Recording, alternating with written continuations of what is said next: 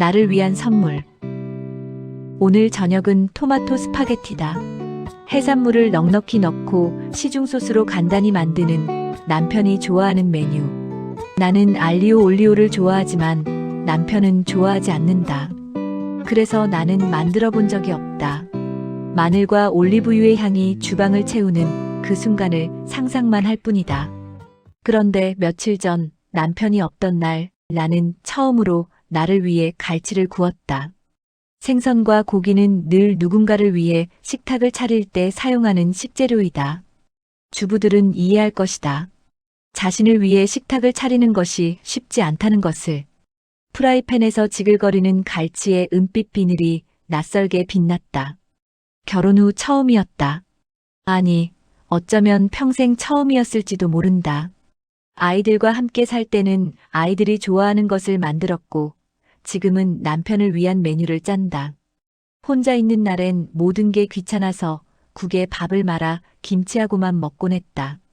나를 위해 생선을 굽거나 새로운 반찬을 한 적이 거의 없다. 그날의 점심은 유난히 맛있었다. 갈치의 고소한 기름이 입안에 퍼지면서 오랫동안 잊고 있던 감각이 깨어났다. 아, 내가 이런 것을 좋아했구나. 내게도 취향이라는 게 있구나. 이런 낯설음은 비단 음식에만 해당되는 것이 아니었다. 좋은 것은 늘 내 차례가 아니었다. 어렸을 때부터 좋은 것들은 다른 사람의 몫이었고 선택이라는 것은 할 수 없는 세월이었다. 나는 늘 남은 것, 필요한 것만 받았다.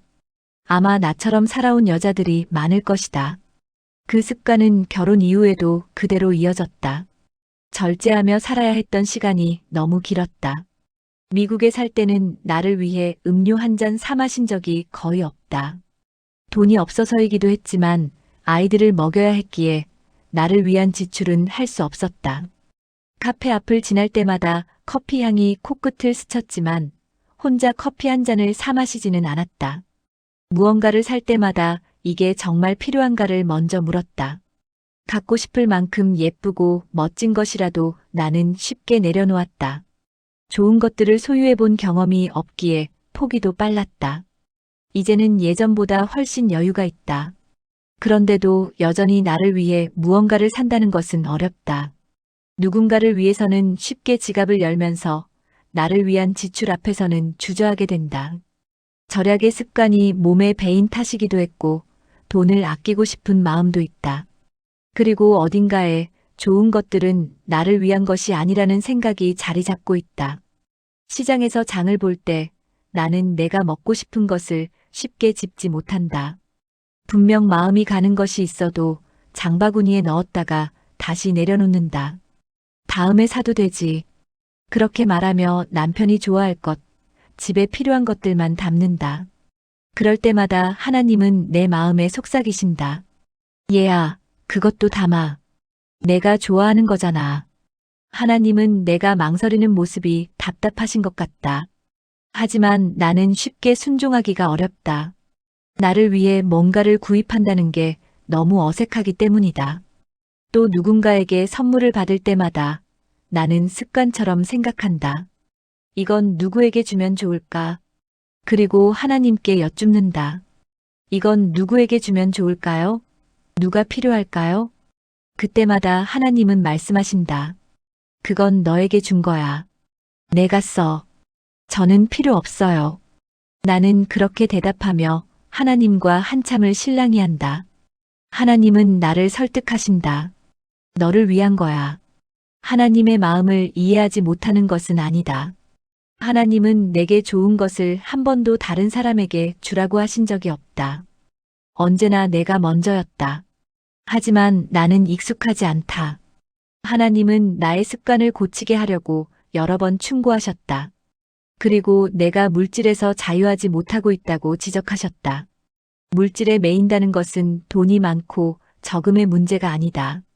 부자도 가난한 자도 모두 물질의 포로가 될 수 있다. 돈을 아낀다는 것은 공급이 끊길지 모른다는 두려움 때문일 수 있고 돈을 모으고 싶은 욕구 때문일 수 있다. 전자는 공급자이신 하나님을 신뢰하지 않는다는 뜻이고 후자는 물질에 대한 욕심 때문이다.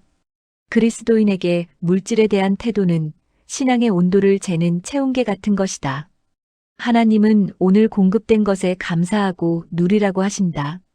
앞으로도 그 공급은 계속될 것이니 과도하게 아낄 필요는 없다고 하신다. 광야에서 만나를 먹게 된 이스라엘 백성들처럼 나도 하나님의 공급을 온전히 신뢰하지 못하는 것은 아닐까? 그들은 그날 먹을 만큼만 거두지 않고 더 많이 거두었으며 다음 날을 위해 남겨두기도 했다. 하나님의 공급을 신뢰하지 못한 이스라엘 백성들에게 하나님은 진노하셨다. 나도 그들과 다르지 않다는 생각이 들 때가 있다. 하나님은 이렇게 말씀하신다. 내가 좋아하는 것을 먹고 내게 좋은 것을 선택하고 내가 원하는 것을 사보라고. 자신을 위해 돈을 쓰는 것을 아까워해선 안 된다고 하신다. 처음에는 어색했지만 지금은 가족 위주로 장을 보는 습관에서 장바구니에 내가 좋아하는 것들을 추가하기도 한다. 외식을 할 때면 내가 먹고 싶은 것을 주장하기도 한다. 하지만 아직은 여전히 어색하다.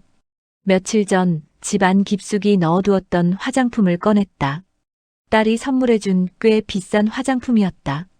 나는 누군가에게 선물하려고 쇼핑 백재 그대로 두고 있었다. 내가 쓰기엔 너무 비싸다는 것이 이유였다. 하나님은 내게 말씀하셨다. 내가 쓰기를 원한다. 나는 잠시 망설이다가 케이스를 열어 얼굴에 발랐다.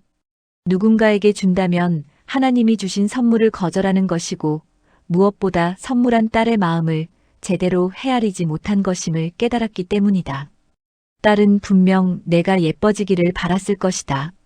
엄마가 좋은 것을 쓰는 모습을 보고 싶어서 그 화장품을 골랐을 것이다. 하나님이 주신 것을 누리는 것, 그것 또한 신앙인의 태도다. 감사함으로 받고 기쁨으로 누리는 것이 하나님을 기쁘시게 하는 일이다. 절제가 미덕이지만 그리스도인에게 누림은 은혜에 대한 응답이다.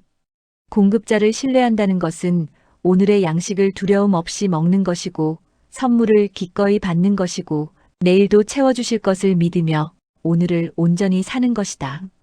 내가 좋아하는 음식을 먹는 것, 받은 선물을 아껴두지 않고 쓰는 것, 내가 원하는 것을 주저없이 사는 것. 이 모든 것이 하나님을 신뢰한다는 고백이 될 수 있다. 하나님은 나를 주님 안에서 어린 딸로 부르셨다. 사랑하는 자녀가 주어진 것을 기쁨으로 누릴 때 하나님은 기뻐하신다. 자녀가 즐겁게 누리며 사는 모습을 보면 부모로서 기쁜 것처럼 말이다. 자녀로서 하나님의 마음을 기쁘게 해드리려면 그분이 주신 것들을 기쁨으로 마음껏 누려야 한다. 그래야 주신 분이 흡족하실 것이다. 하지만 하나님이 허락하신 풍성함을 두려움 없이 누리기 위해선 믿음이 필요하다. 공급자를 신뢰해야만 진정한 누림이 가능하기 때문이다. 나는 오늘도 배워간다. 하나님을 신뢰하는 법을, 그분이 주신 것을 기쁨으로 누리는 법을, 그리고 좋은 것이 내 차례가 될 수 있다는 것을, 내가 사랑받을 자격이 있다는 것을, 아직 서툴지만 나를 위한 선물을 기꺼이 받는 연습을 하고 있다. 천천히 한 걸음씩 하나님과 함께